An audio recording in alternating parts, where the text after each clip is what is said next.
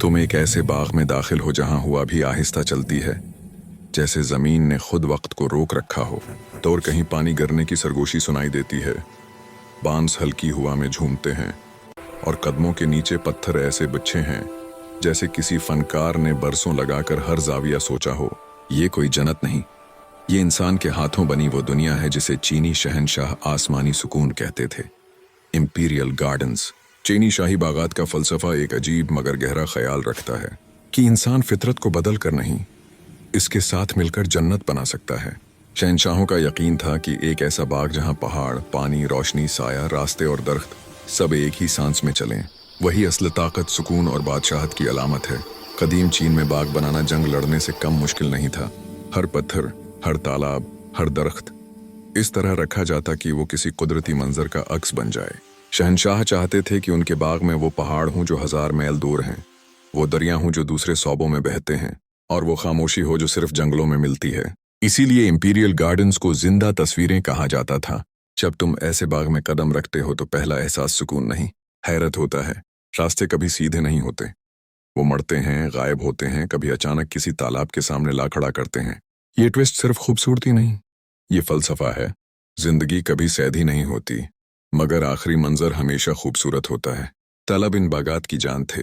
इनके पानी में आसमान, दरख्त, महलात सब मिलकर एक दूसरी दुनिया बना देते। शहंशाह घंटों बैठकर उन अक्सों को देखते, क्योंकि वो कहते थे पानी कभी झूठ नहीं बोलता, वो सिर्फ असल दिखाता है। कुछ तालाब उस तरह ढलवानों में बनाए गए थे कि लगता था ये इंसान ने नहीं, जमीन ने खुद फैलकर ये मंजर बनाया हो।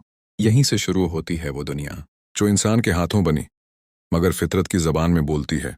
फिर आते हैं वो रवायती चीनी पल, छोटे, खमदार, सफेद आर्च वाले या पत्थर के। इनका असल मकसद सफर नहीं, एहसास होता था।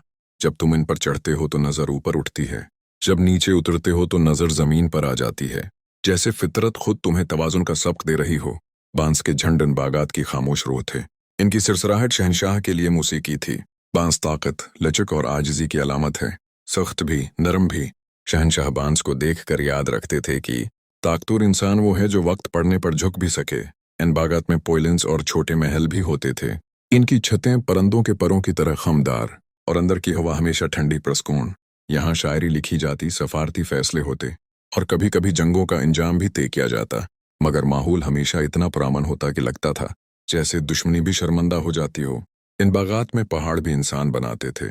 पहाड़ पत्थरों को इस तरह तरतीब दिया जाता कि वो कुदरती चट्टानों का गहरा एहसास दें। कुछ पत्थर पूरी सल्तनत से लाए जाते थे, सिर्फ इसलिए कि उनकी शक्ल तन्हाई, ताकत या खामोशी का तासर रखती थी। इंपीरियल गार्डन सिर्फ खूबसूरती नहीं थे, बादशाह की शख्सियत का राज थे। जितनी बड़ी सूच, इतना बड़ा बाग, जितनी गहरी हिकमत, इतने गहरे तालाब। रात को जब चांद पानी पर पड़ता, बांस की छांव हिलती और हुआ पोइलीन की छत से टकराती, तो पूरा बाग यूं लगता जैसे ख्वाब जमीन पर उतर आया हो। शहंशाहों के लिए ये जगहें तफरीह नहीं थी, ये वो मकाम थे जहां वो दुनिया से ऊपर उठकर खुद को देख सकते थे। आखिर में इंपीरियल गार्डन्स हमें एक सबक देते हैं, फतरत से लड़कर जन्नत नहीं बनती, उसकी जबान समझकर इंसान खुद जन्नत बना लेता है।